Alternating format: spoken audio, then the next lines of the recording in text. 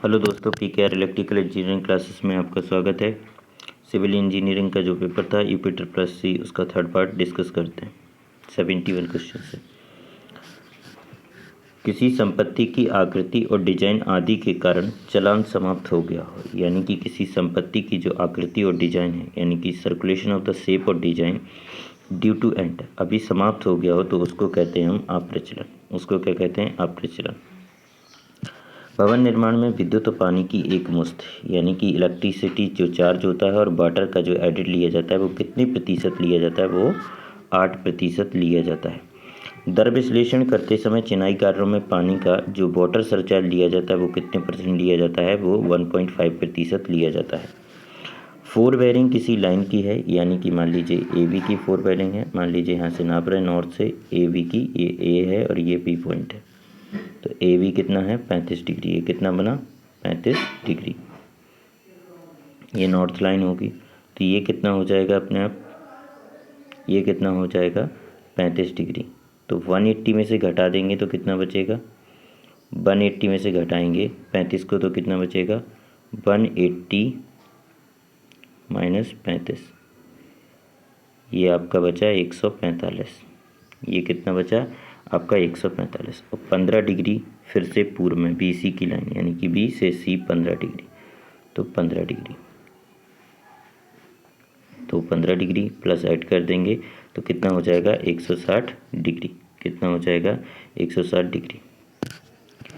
As applied stop correction for curvature और refraction correction कैसे लिए जाते हैं? देखो, करेक्शन फॉर कर्वेचर सी कितना लिया जाता है? नेगेटिव का, यानी कि d² upon 2r।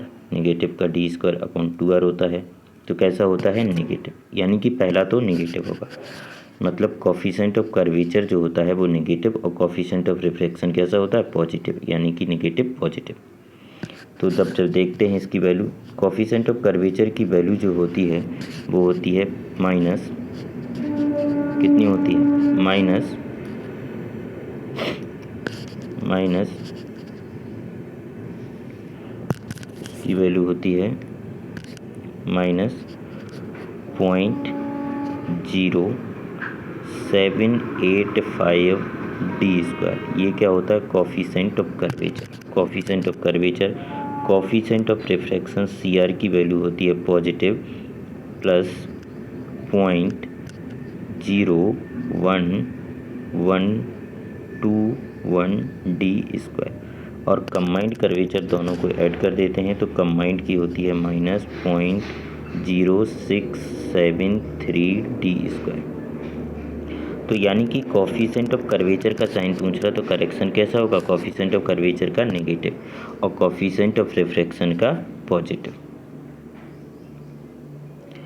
The suitable of contour interval map में जो दिया है 1000 का अंतराल दे रखा है, तो कितने के लिए होगा? वो नक्शे में 2 मीटर के लिए होगा।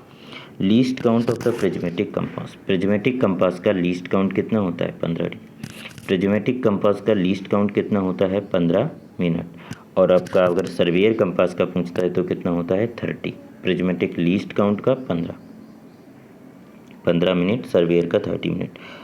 अब आता है minimum angle of wear canal head regulator. Minimum angle कितना बनेगा? एक्सेस ऑफ वियर और कैनाल हेड रेगुलेटर के बीच 90 होगा। 90 से कितने के बीच होता है? 110 के बीच।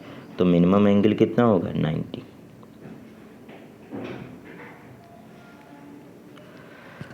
Canal construction normal to the contour line. Contour line के नॉर्मल कंस्ट्रक्टेड की जा रही कैनाल, यानी कि कंटूर लाइन के नॉर्मल की जा रही, तब उसको कहते हैं साइड स्लोप कैनाल। अगर कंटूर के नॉर्मल की जा रही तब उसको साइड स्लोप कैनाल कहते हैं।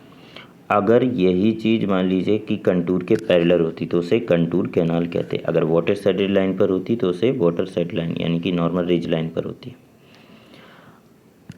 हाइड्रोलॉजी जो साइकिल होती है वो डिनोट करते हैं P + E × R। P + E + R, यानी कि P बराबर E + R से डिनोट करते हैं। जो हाइड्रोलिक साइकिल होती है वो P बराबर E + R। The height of the tsunami wave depend होती है। जो सुनामी है तो सुनामी तरंगों की ऊंचाई निर्भर करती है सिस्मोग्राफी पर। किस पर? भूकंप की तीव्रता। यानी कि भूकंप कितना आएगा, भूकंप किस पर अध्ययन करते हैं तो सिस्मोग्राफी से। तो भूकंप के अध्ययन के लिए सिस्मोग्राफी, तो सुनामी तरंग किस पर डिपेंड होंगी, सिस्मोग्राफी पर।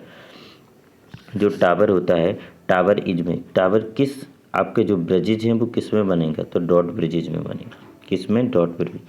पेनिट्रेशन टेस्ट किया जाता है बिटूमन के लिए, पेनिट्रेशन टेस्ट किया जाता है बिटूमन के लिए, तो कौन सी चीज़ ज्ञात की जाती है तो ग्रेड।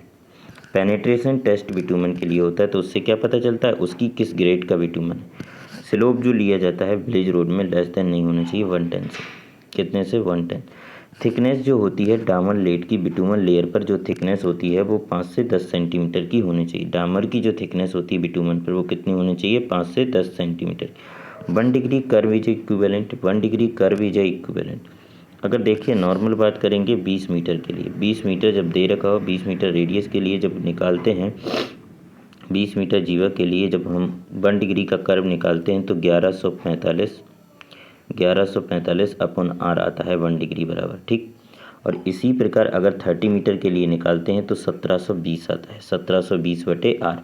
तो आपके पास ऑप्शन 1700 आ रहा है, 1800 आ रहा है, 1750। तो 1 degree is equivalent is 1750। Bottom most layer payment की कौन सी होती है, बॉटम मोस्ट क्या होती है, बॉटम मोस्ट लेयर पेमेंट की सब ग्रेड होती है, क्या होती है, सब grade. Specific gravity of sewage, specific gravity जो सीवेज की होती है वो स्लाइटली भी ग्रेटर देन 1। स्पेसिफिक ग्रेविटी कितनी होती है, 1 से अधिक। स्टैंडर्ड बीओडी मेजर की जाती है 20 डिग्री 5 डे पर, 20 डिग्री 5 डे पर, 20 डिग्री 5 डे पर, 20 डिग्री 5 डे पर, 20 डिग्री 5 डे, 20 डिग्री 5 डे पर मेजर की जाती है।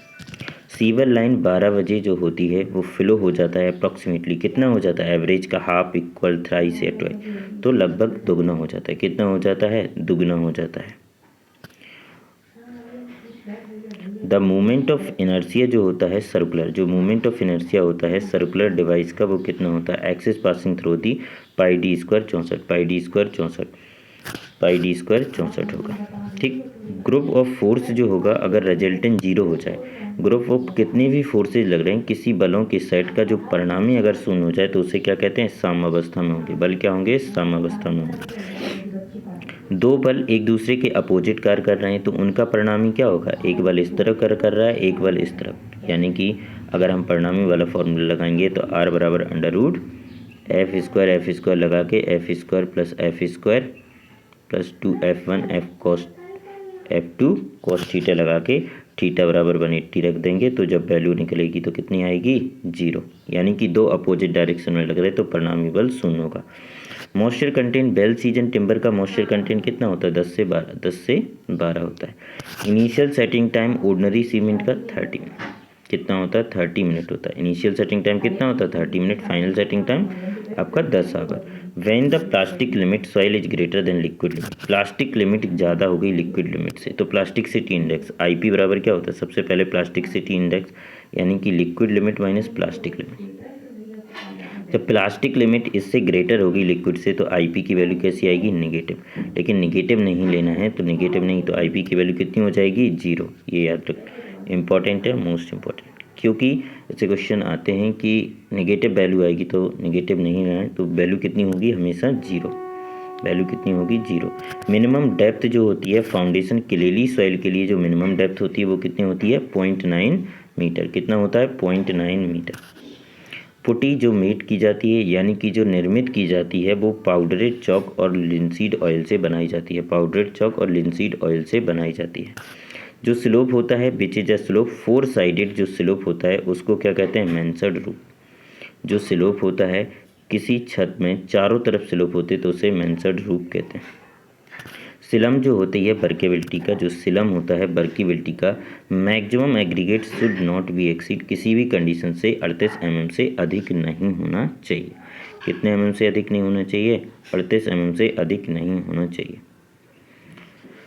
थैंक यू दोस्तों, वीडियो पसंद आया तो लाइक शेयर एंड सब्सक्राइब कीजिए, और इसके आगे के जो क्वेश्चन है वो अगले वीडियो में जल्दी मिलेंगे। थैंक यू, वीडियो को लाइक एंड शेयर सब्सक्राइब कीजिए।